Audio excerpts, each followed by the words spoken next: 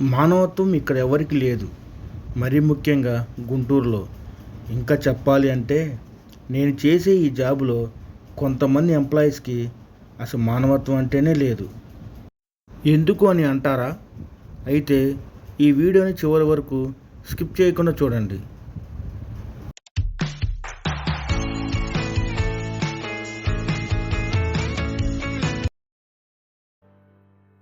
Hi, welcome back to unique blogger 07.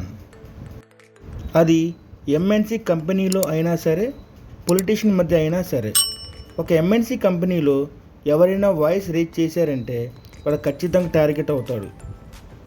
MNC అంటేనే చెత్త, దాన్ని అలా పక్కన పెడదాం.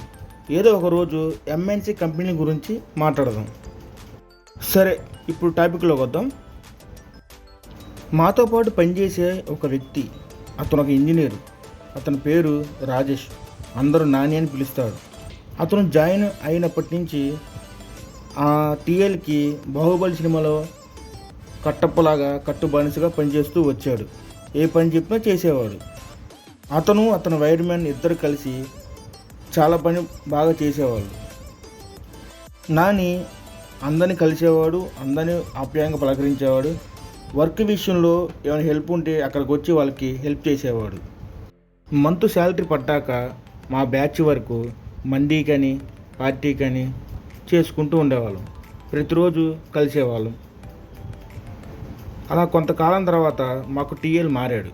కొత్త టీఎల్ వచ్చాక ఈ నాని అతనికి టార్గెట్ అయ్యాడు. ఆ టీఎల్ టార్చర్ పెట్టడం స్టార్ట్ చేశాడు. ఎంత పని చేసినా కానీ నువ్వేం చేయట్లేదు అని చీటి మాటికి ఫోన్ చేసి వేధిస్తూ వచ్చాడు. ఒకసారి ఇలాగే జరుగుతుంటే మేము పక్కనే ఉన్నాం.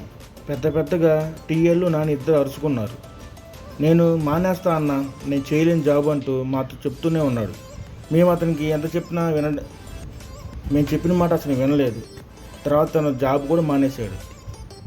పాత టీఎల్లో ఒకసారి నానికి ఫోన్ చేసి, నాని నువ్వు జాబ్ మానుకోవడం దేనికి, వచ్చి జాబ్ చేసుకో అని అడిగాడని నానియే మాకు చెప్పాడు. నేను చేయలేను సార్ అని చెప్పి నాని చెప్పేశాడంట. సరే, మేము కూడా చాలా రోజులు బతికినాడు, చేసుకో, జాబులు బయట ఏం లేవు, బయట జాబులు ఏం దొరకట్లేదు, నాని ఒకసారి మీకు చెప్పింది విను, జాబ్ చేసుకో అని చెప్పి మేము అన్నాం. కానీ అతను మా మాట కూడా వినలేదు. కానీ తనకు వచ్చే 23,000 శాలరీకి లోన్ పెట్టుకొని తనకున్న చిన్న స్థలంలోనే ఇల్లు కట్టుకున్నాడు. ఆ ఇంటి ముందే పెళ్లి చేసుకున్నాడు. నానికి మ్యారేజ్ అయిన 6 months వరకు మాతో పాటు కలిసి జాబ్ చేశాడు.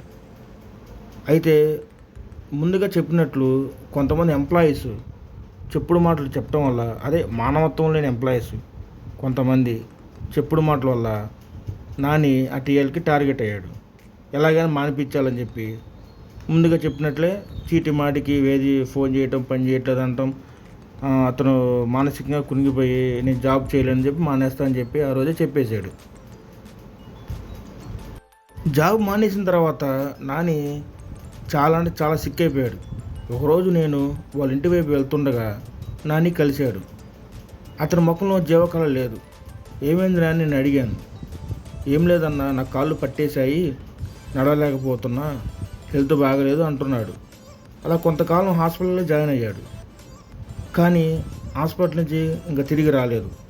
ఏమైందంటే నాని చనిపోయాడు.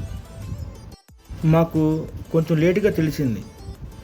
వాళ్ళ ఇంటి దగ్గరికి వెళ్తే వాళ్ళ ఇంటి ముందు టెంట్ వేసి ఉంది. మాకు అప్పటికి నమ్మకం కుదరలేదు. తర్వాత మాతో పాటు పనిచేసే వాళ్ళ ఇంటి దగ్గర వాళ్ళు చెప్పారు, ఇలా చనిపోయాడు నాని అని. అందరూ ఆశ్చర్యం గురయ్యాం. అదేంది, నాని చనిపోవటం ఏంటి అని నేను, ఇంజనీర్ అయిన అంజీ మేము అక్కడే ఉన్నాము. నానిని చూడంగానే మాకు ఏడుపు ఆగలేదు. ఎప్పుడు కలిసేవాళ్ళం, ఎక్కువ కలిసేవాళ్ళం.